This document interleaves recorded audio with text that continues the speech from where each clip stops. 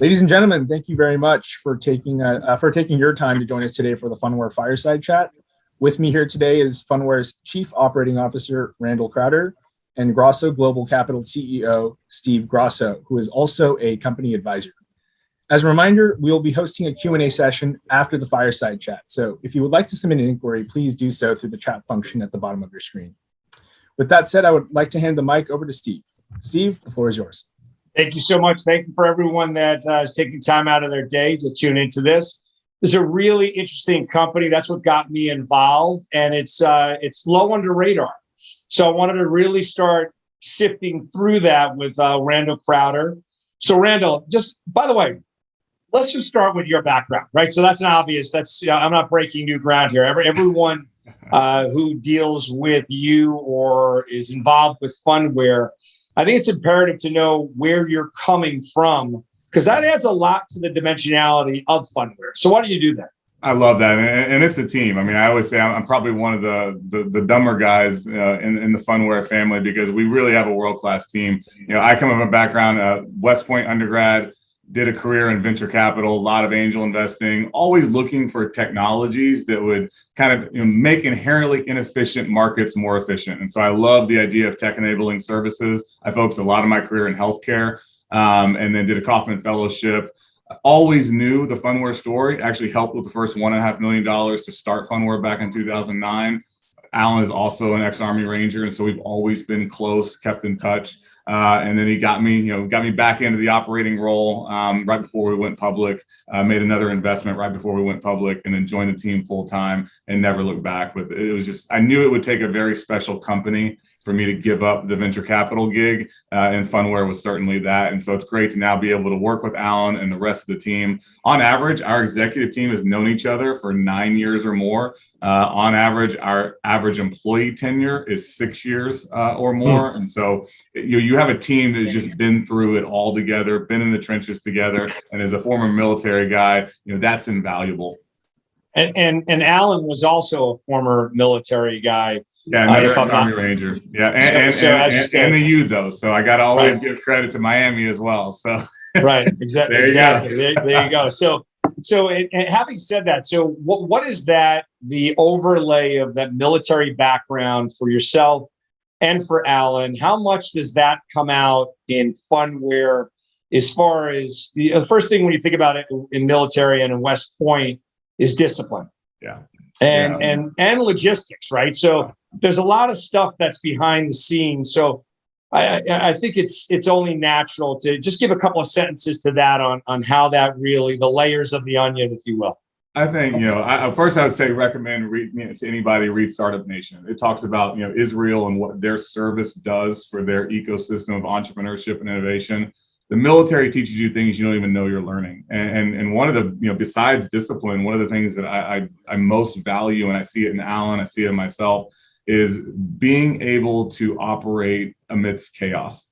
Any company, any entrepreneurial journey is complicated. It always, no plan survives first contact. Everything is always changing. There's always fires to put out. There's always emergencies. And being able to assess the situation, come up with a series of courses of action, evaluate those courses of action, and then execute on a plan. That's something that the military just does, in its sleep effectively. And we bring that to Phunware. It's hard being a company, a venture-backed startup. It's hard being a public company. But being able to, we always say, as long as no one's shooting at us, this is easy. And so no matter how chaotic it gets, we always know what we're doing. We always have our North Star. We can always count on each other, and we can always count on our team. And so leadership's important, and the military really teaches you a lot about that.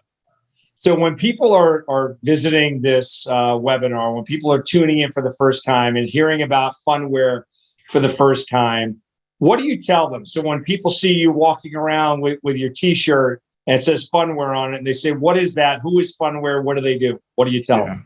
It's the future of mobile. So when we first started the company, we helped large brands transition off of the web onto mobile. Now that mobile has become, a little bit table stakes, I don't want you to think about this mobile phone like a big screen to consume content. I want you to think about this mobile phone like a mobile computer that's location aware, it's always with a customer, and it's always connected to a network. If you know that, what you can do with that can change the world. And what we're doing is contextual engagement. It's saying, if I can locate you and I can identify you, what information can I give you to make your life better? How do I get the right content to the right person at the right time on the right screen in the right place to really drive profitable behavior? For anybody who's seen Minority Report with Tom Cruise, when he's walking through the mall of the future and they're scanning his retina and all the advertisements are personalizing unique to him, or he goes up to the hologram and they say, based on your purchase history, why don't you come over here and take a look at, these other shirts that I have? That's contextual engagement. That's the future of mobile. And we design the platform that will allow any brand to do that by turning any space into a smart space. It's a huge idea, and we're a front runner in being able to make it a reality. So with contextual engagement, is there something that we're all familiar with it now, especially it's top of mind, top of news with iOS and privacy issues? Yeah. Is there something that the consumer has to check off where they're allowing certain things? Yeah. Or if one of your clients, you can pop through one of their department stores or any place on earth, do you have to allow that information to flow through? Yeah, and you actually highlighted a really great competitive advantage of ours. That ability, like location sharing, that's huge. People might want to turn on their location while they're trying to navigate, a Vegas casino, and while they're trying to order food or drink from their phone so they don't have to wait for the waitress. But the minute they leave, they don't want you tracking, them when they get home. So, do they have to do something? So we seamlessly handle all of that. How do we do that permissioning? How do we turn it on and off? How do we do that autonomously? But the name of the game right now, which is really exciting for us, is transparency. Too long has companies kind of exploited data and exploited people. What we do with all of our solutions is put that top of mind. Here's what we're asking you to share. Here's why. And if you don't want to, don't. Here's, and think about, our history. One of our biggest verticals is healthcare. You're dealing with HIPAA. There's no harder environment to manage privacy and put the person first than in healthcare. We also did the presidential election, so there's a lot of data complexity, there. And so we take that very seriously, and it's a huge competitive advantage because we're working with Fortune 500 companies. You got to do SOX compliance, you got to do a lot of things in order to play in those arenas. Where privacy and what you share and when you share it and how you share it is forefront. But you also want to explain to the user, when you do share, here's what you're getting in return for it. So when you talk about healthcare and you talk about the elections, let's stick with healthcare. What does that customer acquisition look like? How does it look for you from the minute they say, "Hey, let's get Phunware, let's kick the tires on Phunware"? What can they do for us? Let's see something in action. Take us through that process for the person that's just tuning in, getting to know. And healthcare might be, it might not be the best example, because what's really exciting, and I'm really proud of this, is that customer acquisition, that sales cycle is truncating. It's so much so that in healthcare, they don't call it a mobile application. They call it a digital front door. And that's really important for people to understand. It's not about having a mobile application. It's about standardizing your operations on a mobile ecosystem. So I want people to realize Phunware is not trying to replace everything. Phunware is not trying to replace all of these different products and solutions that companies already have invested in. We're not one app to replace them all. We're one app to rule them all. So a healthcare company, a hospital, they're going to have somebody for their EHR, their electronic health record. They're going to have somebody for their parking management. They're going to have somebody for scheduling. They're going to have somebody for bill pay, somebody for telemedicine. We bring that all into one single mobile ecosystem, one single login, and we give everybody what we used to call in the military a common operating picture. So you have everything at your fingertips. And so now that's becoming table stakes if you're a hospital. Hospital is so complex, and they need to drive operational efficiency, which is just a fancy word of saying we need to make more money, we need to be more profitable. And so how do you drive operational efficiency? With technology. That's what I spent 10 years doing, as a venture capitalist. What startups can have tech-enabled health services that ultimately drive profitable behavior? That's what we do at Phunware. We give companies the digital front door. And so now hospitals are reaching out to us. Partners are reaching out to us, because we really want to sell this and scale as an indirect channel play. And so our sales cycle is less us going and knocking on doors and trying to convince them of the value, and more their CEOs saying, we need to have a digital front door. We need an expert in mobile to be able to deliver this. And we are, recognized across healthcare as one of the best companies, if not the best company, to be able to deliver this and not fail at scale. So when you look at your advantages, and you've labeled a couple of them, but just to make it really granular and specific, who do you see as your competitors? Yeah. And what are your advantages over them? And you might not see anybody as your competitor because you could be that early in this, but who do you see as your competitor? And what advantages do you have in the marketplace? Yeah, I used to always tell entrepreneurs when they were pitching, I was like, never say there's no competition, because I'll tell you you're in the wrong market. So you want people to be in your market. You don't want to be so far down the field that no one's willing to actually play with you. And so where we see the biggest direct competitor is actually your big consulting agencies. And so like an Accenture, they're actually a really good partner, and we're actually trying to work with them on different partnerships. But when you think about where we play today, we got our start in the passion verticals, sports, media, entertainment, all of this idea about engaging fans. Now where we play is like hospitals, smart spaces, retail, hospitality, corporations looking to return to work and tech enable the employee experience.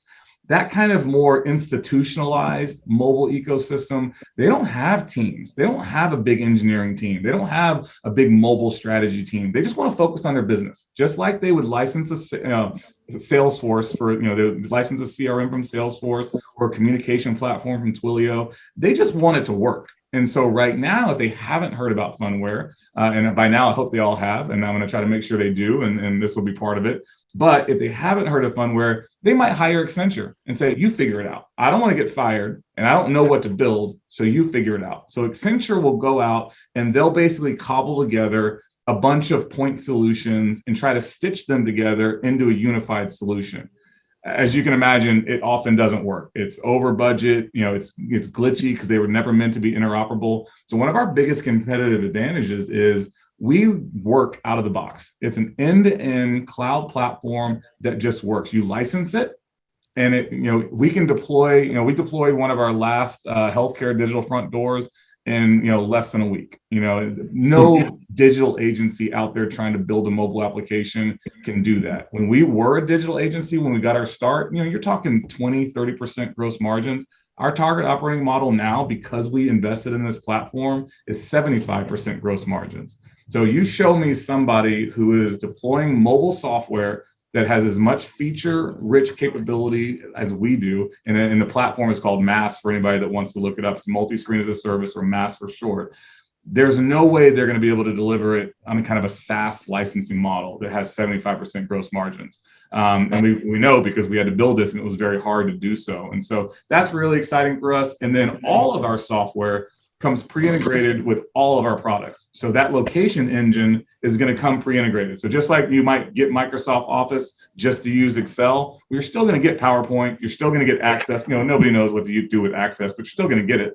We do the exact same thing. You're going to get all of our features and functionality. You're going to get it all in one solution, and you can either license that optimized solution, or if you do have a team, you can actually take the features and integrate those directly. So we announced that partnership with Carrier, which is, I think, a really exciting for us. $20 billion, traded on the New York Stock Exchange. They already have a mobile solution, but they wanted that location software. So they integrated our software development kit just around location into their existing mobile application. That's a huge competitive advantage. Our location software is so powerful. We can indoors get sub-1 meter accuracy, sub-1 second latency. That real-time indoor positioning is the future of engaging people inside a building, because you can't engage what you can't locate. Yeah, I haven't seen anyone, to your point, anyone besides you be able to be that accurate indoors and to figure it out, because then it really becomes value add. So you named Accenture, you named Carrier. What are some of your other partners that you would like to share with the group today? We just announced it today, and I'm so excited about their forward-thinking leadership. So, Cox Enterprises, a lot of people know them as a massive carrier. I think they probably are maybe the largest private carrier in the world, if certainly not the U.S. They've been wanting to get into healthcare in a big way, and so we've been working with them and licensing aspects of our digital front door. So if you go to Cox Pro site, that will show kind of the culmination of our partnership with them. I'm really excited about them. We announced that at HIMSS in Vegas in August, and really excited about that partnership going after healthcare, but more focused on the clinicians. So really operationalizing, what are clinicians doing, what are administrators doing, which is a really exciting use case for our platform. And then HID, another multi-billion-dollar company. If you've used a key fob or a key card to open a door in the last 10 years, I would bet it's probably HID technology. And so they've already got customers who are thinking about digital transformation. I want to have smart locks. So why not take that one step further? So they've licensed our smart workplace solution and said, look, let's just create that managed IT platform for these buildings, create that smart workplace solution. And we're getting ready to launch a really exciting, smart workplace solution example with Norfolk Southern, one of the largest railway operators in the world. They wanted to create an office of the future. So building a brand new headquarters in Atlanta, Georgia, we're the platform that they're standardizing on, and what they're doing with it is going to set the bar for every other corporation, from access control to vendor credentialing to parking management to finding coworkers in the office, ordering food, on-campus notifications, emergency response. I usually get excited about this and I talk about all the cool stuff, but there's a life and death component to this. Being in New York during 9/11, having served after 9/11, if our software was in the World Trade Centers, we would have saved lives. That's how powerful our platform is, and it can work without connectivity. And so being able to push content to a phone to give you directions in a life or death situation, that's pretty cool too. So I think a lot of people are starting to think about that on campus, like active shooter situations. How do I locate all the devices in time and space, give them information that they really need, and then have them take action? That's really exciting for us as well. So it sounds like, so you've named a bunch of household names, etc., Carrier, Norfolk Southern, HID. So you've named a lot of different things that everyone knows about. Usually I'll ask someone in your capacity, who is your prospective best candidate for a client? But in your case, who isn't? It sounds like everything that you do, I could make a case for anyone to be a client, and I could make a case for the U.S. Army to be a client. I can make a case for, as you termed it, smart cities. So that's one right there. I think if other than the ones, we have an amazing team that has just gotten in front of so many amazing partners. And look, people think, well, God, you're a smaller company. These multi-billion-dollar companies, they put you through the ringer. They're not going to risk their brand or their technology on an unproven company. We've been doing this for a very long time. We built the first NFL app. We built the first NASCAR app. We built and maintained most of Fox's mobile application portfolio. We are better at this than most people. And I'm not just being, a boorish entrepreneur. I'm telling you, we've been doing this longer than most people. That's why we're better at it. We've seen all the mistakes that we can help prevent people from making. And we've thought about all the most complex deployments and how to do this right. And so where I think about kind of, where do we go from here?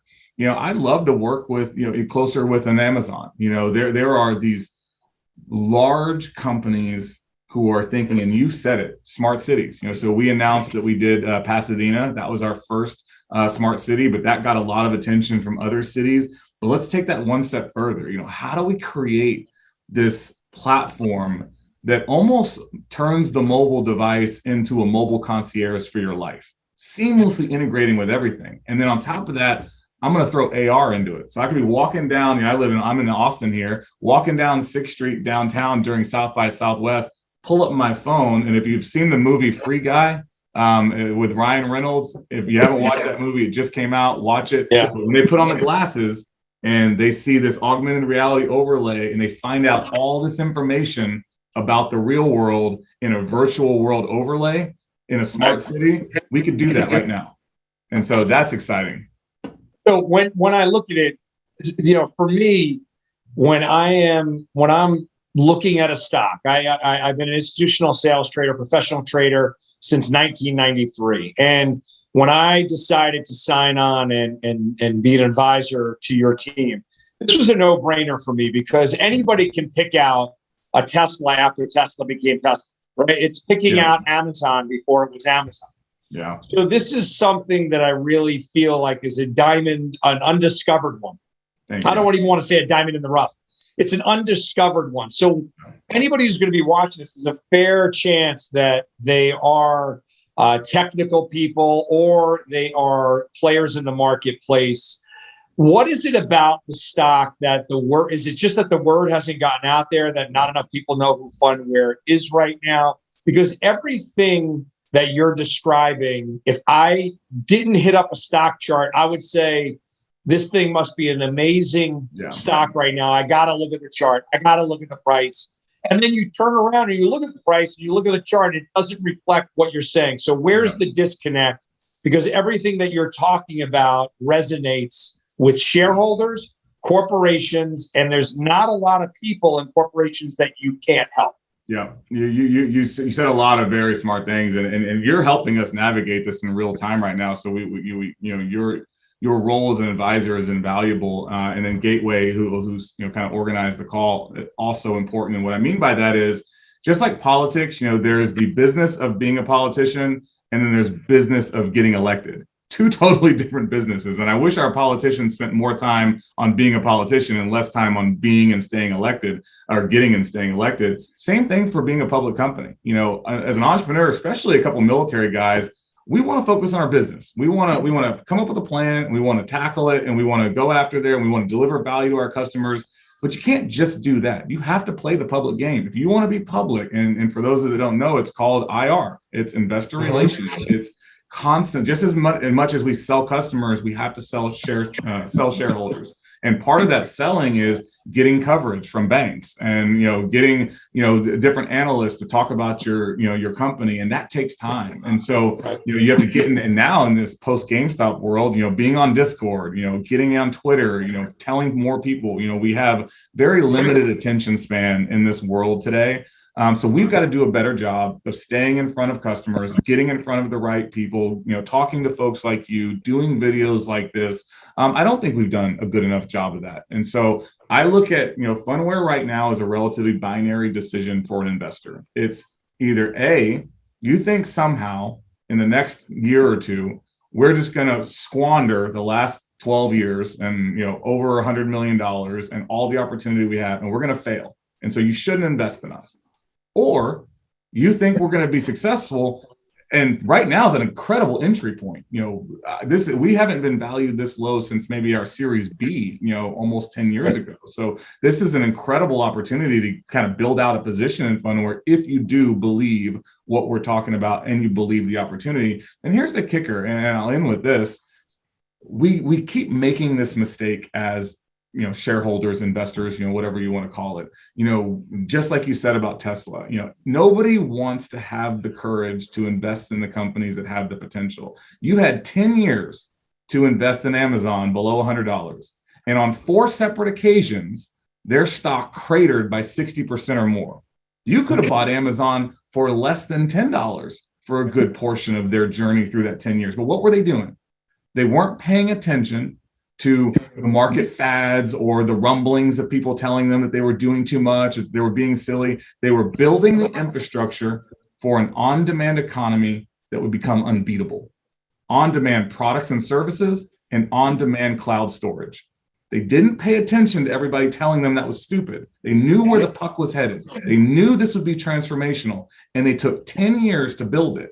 Now, we're not going to take 10 years because we've been building it to date. We know that mobile will be fundamentally changed. You will be able to use AR in the real world, but the only way to be able to do that is you have to have a platform that can curate data in the virtual world, serve it up in the real world in real time, and you need to be able to dynamically allow brands to engage in that platform to engage their customers. Right. It's going to be a game changer. And so people will remember this in a couple of years and go, I was right. Just like they wish they would have invested in Bitcoin, below $100 and Amazon below $100. And I've been remiss, and I know we're digging away at time. Give us what you're thinking about as far as blockchain. What role does that play, and what differentiates you from the other crypto players? Yeah. And then I know after we're doing this, John's going to jump back in and have some questions from the participants. Yeah, and I'll go quick. We should do a second follow-up on the blockchain stuff, but we're not chasing the fad. The biggest differentiator is we're a real company. A lot of people are crypto projects. They raise money, they get rich, and then they have zero sense of urgency and they don't do anything. Nobody knows what they do. Nobody knows what they're building, and eventually they're going to have something. We did it the opposite way. We started building the platform. We spent our own money. And you can actually download Phun Wallet on iOS or Android today. You can buy Phun Token today, buy.phuntoken.com. And PhunCoin is launching as we speak. And so we have a dual token economy that is going to introduce the first truly decentralized data economy. And so Phun Token is this concept of valuing your engagement. Every time you swipe something, click on something, watch something, you should be rewarded for engaging with the brands you love. And then as you do that, you're teaching our knowledge graph who you are, and we're segmenting you into different audiences so that when a brand buys your data, the data that you control, you can also be rewarded in PhunCoin. And so this is the future of data. No brands are not loyal to Facebook or Google. If they could go directly to the source, they would. You just have to have the platform to allow them to do that. And so it's a natural extension of our platform designed for engagement, is to incentivize that engagement and make sure that we're rewarding you not only for being you, but we're rewarding you every time your data is consumed by a brand. That's awesome. So with that, John, you could jump off of mute and jump right in if you have some questions from the participants. Yeah, more than happy to. Thank you, Steve. Thank you, Randall. Our first question is, Randall, can you just talk a little bit more about how you're deploying your MAS platform for Intermarkets? Yeah, so Intermarket is a great, news aggregator. You probably remember them from back in the Drudge Report days. But think about that as content. What we do, we got our start really delivering really rich content. We did it for Fox. I mean, if you've touched the Fox mobile portfolio, you're a Phunware convert. And so with Intermarkets, they got an app called Headlines Plus. We're going to create a unified solution across mobile and web to be able to deliver, incredibly rich, engaging news content. And really, they have, it's exciting because they kind of have this thesis of ensuring free speech across the internet, which we want to be a part of as well. And that's kind of ties into our data economy. And so that's how we deliver MAS. MAS has a content management engine. And so this is table stakes for us, easy for us to do, and excited to work with their team. That's helpful, Randall. And the second question from the audience is, what do you anticipate your MAS sales cycles to be now that you have your anchor distribution partner now in place? Yeah, so the indirect channel stuff, it remains to be seen. We hope to be able to really get some data going into kind of Q1, Q2. These partnerships, first you got to get them done, then you got to integrate, then you got to train, then you have to activate. And so we're in the training process right now. We'll know more in the first half of next year how quickly their sales teams can sell through these indirect channels. But our sales cycle internally, I can talk about is, I would have said, over the last year, I would say about 12 months, to really get from first conversation to deployment. But our last few deployments have been a lot shorter. So as people understand that this is a possibility, that these capabilities, you can actually do it, which is really the biggest obstacle for us, is people don't realize you can do this with a mobile device. And so we're seeing that sales cycle truncate. So I would say 6 to 12 months is an average sales cycle for us.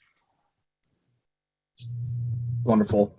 Randall, can you provide any sort of update in terms of the merger? Is it still on track? And any additional color on that would be really helpful. Yeah, everything's on track. We're excited to be able to, the way we've kind of thought through this. For those that don't know, really to create this decentralized data economy, you do need a decentralized Oracle network. And so this acquisition will allow us to really shore up the infrastructure of our blockchain ecosystem, not that dissimilar to what Amazon did. People always think of software as just software. Software only exists because of hardware. Amazon allows you to get, AWS because they invested in the hardware to deliver data centers, so there's a lot of this acquisition that will underpin the foundation for our decentralized data economy that we're really excited about, but it also has a great, impact on our P&L. And so when we lost the Fox deal, when they merged with Disney, that was $1 million a month of revenue profitably that we were generating through that. And so we're excited to be able to kind of, get back on the right revenue profile going forward, and really think that we can scale that business. It's a great entrepreneur that started it, grew really word of mouth, and so hasn't really tested true marketing and how do you really get their amazing product in front of more people. And so we think Q4 could be really exciting for us with this additional business, and I think that'll surprise some people who have been looking at our revenue and thinking, okay, when's it going to start really begin tracking up and to the right. We think we're pretty much there. It's very helpful. Our next question is, can your mass platform work well with retail? Will it help someone navigate the store? Are there any specific examples you can provide? Absolutely. So one of our videos actually on our YouTube channel and our Vimeo channel shows this in a retail setting. But think about that. It's like literally introducing infomercial-like capability at the point of sale. So, John's walking down the end of, aisle 16, you get a buzz on your phone, you pull out your phone, it says, hey, John, based on your purchase history, we think the product at the end of aisle 16 would be great. Click here to watch this video and get 10% off your entire cart today. That seamless interaction of technology into the real world setting, that's what our platform can do today. And that's really exciting. And I think that's going to be, right now, what do you maybe cross an RF signal to open the door when you go into a store? Maybe you swipe a credit card and you walk around with a handful of coupons. Those days are numbered. Soon, this will all be driven by your phone, and it will tell you things that you didn't even know about. Thanks, Randall. We have a very interesting question here. How does the price of Bitcoin affect the company's financials? So we do hold, some Bitcoin, not as an investment, not as a treasury. It's for our ecosystem. Think of it like an operating expense. And so, it'll fluctuate based on the price in that regard. So if you're asking, if I'm being very literal, what impact does it have? We do hold some. What relevancy does it have? None, other than, Bitcoin usually drags the market one way or the other, so I think as we grow, the real question that makes it more interesting is, what does our cryptocurrency, how does that impact our financials? So PHUN token as a utility token, if we sell that the way everybody knows you sell crypto, we get to book that as revenue, and it effectively becomes, 100% gross margin, cash in the bank, booked as revenue. As a public company, that's pretty exciting. And as shareholders should be excited about that. So we're just beginning to roll out PHUN token right now. So that could have a really strong impact on Q4 and a strong impact going forward as a material part of our business. PHUN coin is a regulated security token. So that'd be a balance sheet item. But again, cash. And so all of these elements of our crypto ecosystem are important to us from a P&L or a balance sheet perspective. But, so Bitcoin, the better Bitcoin is doing, the more it drags the industry and the more exciting people are about crypto. So it's kind of a secondary benefit to us. If Bitcoin's doing well, it's a rising tide, rises all ships kind of thing. But to just reiterate, though, it's not something what stockholders want to know as well is, you're getting the benefit of the upside, but you're not putting all of your tokens or coins in one basket, where it's going to be a detriment if Bitcoin collapses. Phunware doesn't collapse. Phunware has a core competency. So I think that's the flip side of it as well. 100, and I want to underline, and sign me up for 2 scoops. That is our core business is enterprise software. We sell enterprise software to Fortune 500 businesses. Blockchain is just a natural extension of that, and we're building for long term. It's not going to go anywhere, but it is this idea of, if I have contextual engagement, can I incentivize that contextual engagement with a utility token? And if I do that and I create more valuable data, can I pay people for that data in a new blockchain enabled way? And so for us, 90% of our net revenues will be the software business. It'll be that's what we're tracking right now. The app transaction side of our business that encompasses what we do around crypto, that's only 10% is envisioned right now. So Steve is 100% spot on that this is not a core part of what we do. Right. And Randall, this could be one of our last questions, but is there anything else that you'd like to talk about that hasn't been already discussed on this call?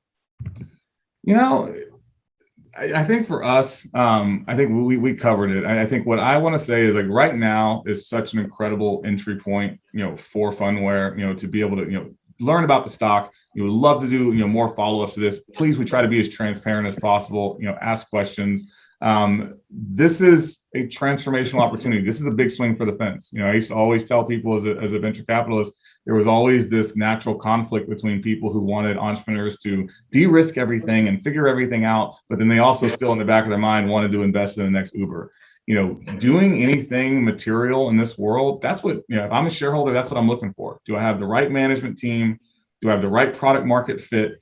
And I don't want to wait until they've figured it all out and all of that I missed that rocket ship. It's like, it would be, I wish I could go back in time and invest in Amazon below $100. That just really, really irks me that I didn't do more. And we always do that as shareholders, as investors. We always think, I wish I would have. And I think this is the opportunity. I'm telling you right now, we have a tiger by the tail. The platform works. We don't have tech debt. It's just a matter of getting in front of more people as COVID begins to thaw and as all of these, people get back into hotels and back into the offices. This is the kind of platform that every single one of those businesses will need in order to survive the next transition. We live in a mobile first world that's quickly becoming mobile only. Now it's how do you use mobile to engage your customers and how do you use that engagement to drive profitable behavior? We're really one of the only platforms in the game right now that can do that at scale. And I think it's going to be an interesting ride over the next couple of years. And I think just in closing, John, before if you have any closing statements, I think just me jotting down NASCAR, Fox, the NFL, Carrier, Accenture, and a list of others that you're involved with. And just to have these household names, what we need to do is get it out there and make Phunware the household names. And that's what these videos are all about, and sifting through information and getting people exposed. I think the other thing, though, too, Randall, is that you're accessible. I think people have to understand that this gentleman is accessible to shareholders and willing to tell the story where a lot of management teams are no longer accessible. That's a huge point for you. So thank you for doing this. And thank you for everyone else joining in. And John or Randall, if you have any closing comments. This was fun. And I think the next thing we do is have a pinpoint discussion on crypto. And we'll try to get some of the Wall Street analysts involved as well on this and get them into the fold. And I think the story will start to bloom and resonate.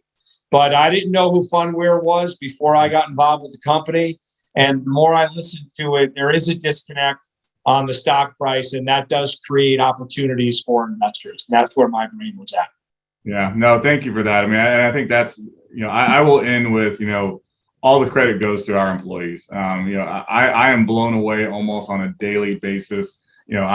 People know me as kind of the good idea fairy. I'll think of something and, they'll turn it around in a day. Like what they've been able to build, what they've been able to create, the things they've been able to, prevent us from doing or do well or create discipline around just being a public company. Our team is phenomenal. Couldn't be more proud of everybody that I work with. My job's easy. I'm accessible because I'm not embarrassed and I'm not scared and I love this company. And so I love to talk about it because it's authentic and it's natural and I don't have to fake it and I don't have to pretend like I care about what we're doing. And what we're doing is going to change the world. This is one of the most significant transformational shifts that you will see in your lifetime. Really, the last one was social media, maybe ride sharing, maybe the on-demand economy. But what we do with mobile next, which really hasn't had any innovation since 2009, how we turn that into a mobile concierge for your life, it's going to change the world. And just from my standpoint, everyone who's on this call or everyone who hears me talk about it, do your own due diligence before you invest in anything. But once again, thank you, gentlemen. Thank you for everyone who has tuned in. This has been fun. Always like to get educated. Always like to be a sponge in the marketplace. This was fun, guys. Thank you. Awesome. Thanks, everybody. Thanks, Randall. Thanks, Steve. Take care.